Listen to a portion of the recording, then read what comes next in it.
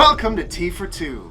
Terminator 2 Judgment Day was released in July of 1991, and by that fall, Terminator mania was in full swing around the world. By the time October rolled around, there were all kinds of companies making fun Terminator masks and costumes for Halloween. And since it's that time of year, today on T for Two, we're going to take a look at one of them. And eat some candy!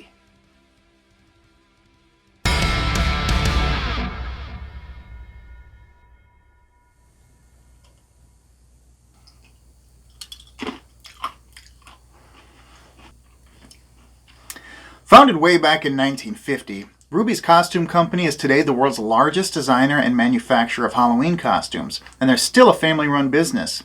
Originally, the business was focused primarily on decorations and children's trick-or-treating, but in 1991, President Mark Beige told the New York Daily News that the Halloween that existed in 1975 for the most part doesn't exist today because of all the candy scares. What took place is a tremendous amount of growth in the amount of parties, both for adults and children.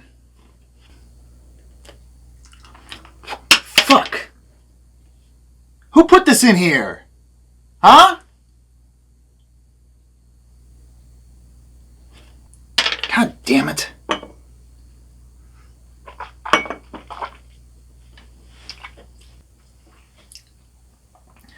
I just want to take a quick sidebar here to clarify that the so-called Halloween candy scares are all bullshit. Really. Never in American history have police documented an actual case of anyone distributing randomly poisoned or sabotaged candy to children on Halloween. It just hasn't happened. Really, look this up. I'm not kidding. But I guess people just love being scared and they love sharing their fear with one another, and so these stupid myths persist to this very day. And this was also the case back in the 80s and the 90s. And that was why manufacturers had to start adapting to Halloween as more of a party holiday and started designing more costumes for adults. Jesus.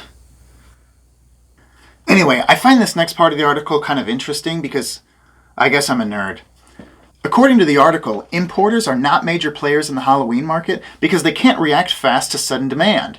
As the president of Rubie says in the article, Halloween is very fad-oriented. We can turn around very fast. Terminator did not become hot until August. We nearly stopped producing everything else. For the first couple weeks of September, every production line was on Terminator.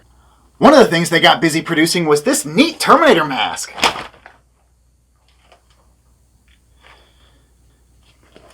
Okay, so maybe this particular example doesn't exactly look the best, but considering that it traveled to me through the U.S. Postal Service in a bubble envelope, and it's 30 years old,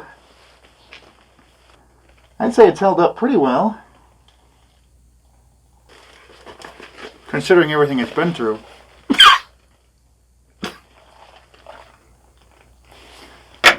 Anyway, let's look at a nicer example.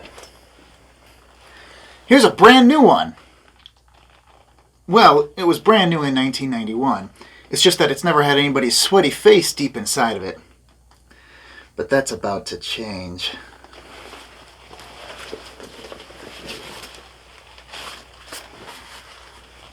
It's interesting to note that this one has a red eye to match all of the Terminator marketing imagery that was so popular at the time.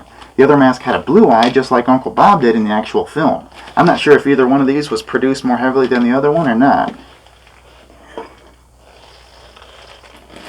God damn it! I guess this is a good time to point out that there's no mouth opening through which most people tend to speak and breathe.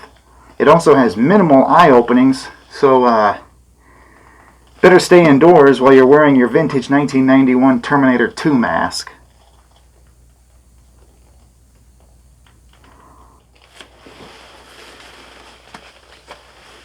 The mask retailed for about $35 to $40 in 1991, which is the equivalent of like around $75 in 2019 dollars.